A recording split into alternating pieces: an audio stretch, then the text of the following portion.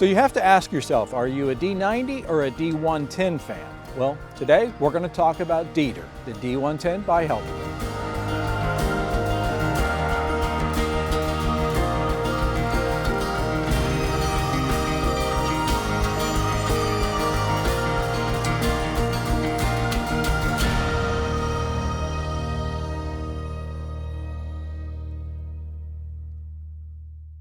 Hi, I'm Paul Potratz with Helderburg, and today we're going to take a look at Dieter, the D110. If you haven't already seen the video, go to helderburg.com, see the video, or go to YouTube and search for it because the video is done extremely well. It seems like everybody loves this Defender. Well, I'll tell you this, I posted a picture of Dieter and it was nothing fabulous. It was just a pretty simple picture of Dieter in the fog, and that picture's been up for about 3 weeks now, and it's had over 700,000 reactions.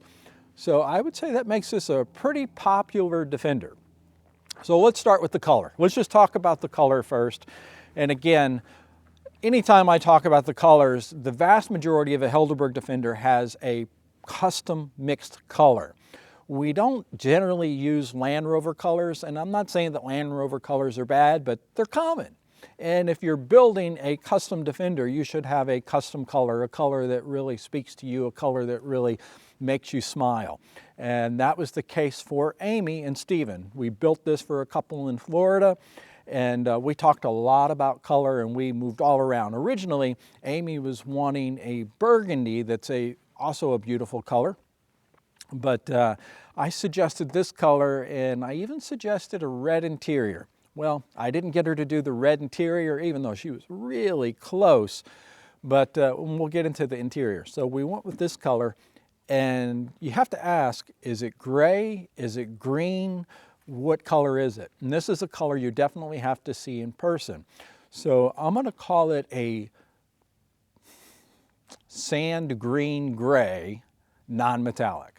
Don't really have a name for it, need to work on a name for it, but it's a beautiful color in the sense that it has kind of a military feel, but it also has a very elegant feel, and it's not metallic. So I'm going to point that out. One of the things you probably notice is we have the hand-cut louvers on top of the bonnet here. So our guy in the shop, he has an unreal talent, and he hand cuts the louvers in the bonnet. They serve no purpose other than they look good, and that was really, it's us representing Jaguar, the way Jaguar used to be, like an XK120, XK140 or something like that, or a Bugatti. So it's just really a design cue.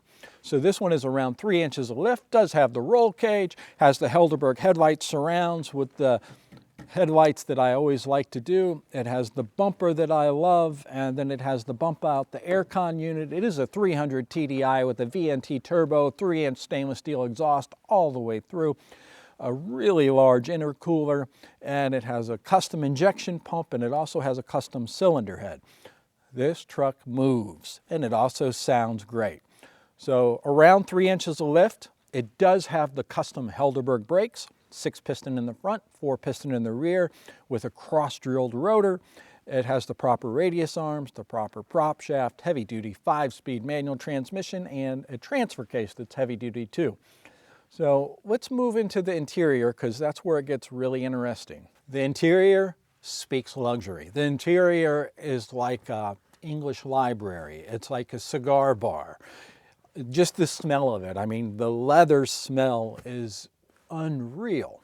But let's talk about the colors. It's a black with a saddle brown, and it just looks very luxurious.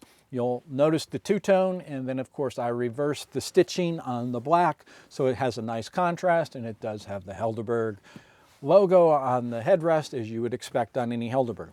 Wood steering wheel, like I normally do. And then as you look across the dash, I did a combination between the black and the saddle brown, so it does a really nice, let's just say, contrast and play on each other.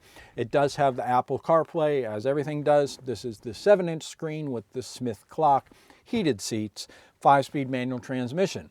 There's a trick when you do the interiors darker like this, if you like a lot of light in the cabin. And that trick is panoramic roofs. So if you've seen the review on Bizek where I had one panoramic roof, well, in Dieter, we did two panoramic roofs. So additional glass, which really lights up everything in here. But let's take a look at the back.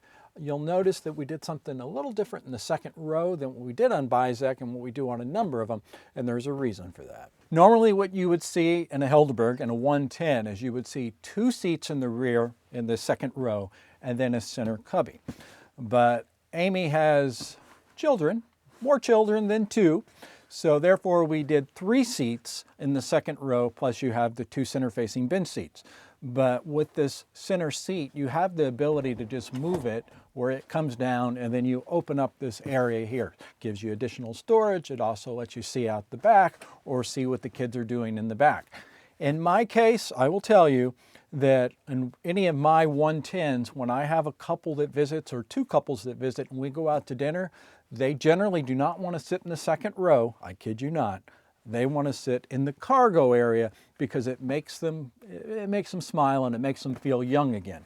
So that's a beautiful thing about this, that if you got it up, you can't see what kind of crazy antics they're up to, but you can bring it down and now you can join the conversation. So three seats versus 2 seats and a center console. Now let's go to the very rear. And again, you see all the light coming down?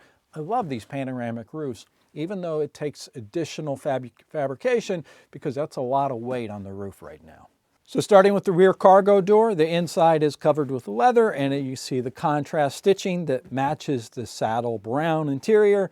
And then if we move to the inside, you're going to see something different too than what we normally do. So I got so excited talking about the cargo area and I called it center-facing benches. But in this case, we don't actually have center-facing benches. We have center-facing buckets. It's a bigger seat. It gives your tush a little more room, and then the back is also taller too. But we have 4 of them, and they also have 4 seat belts.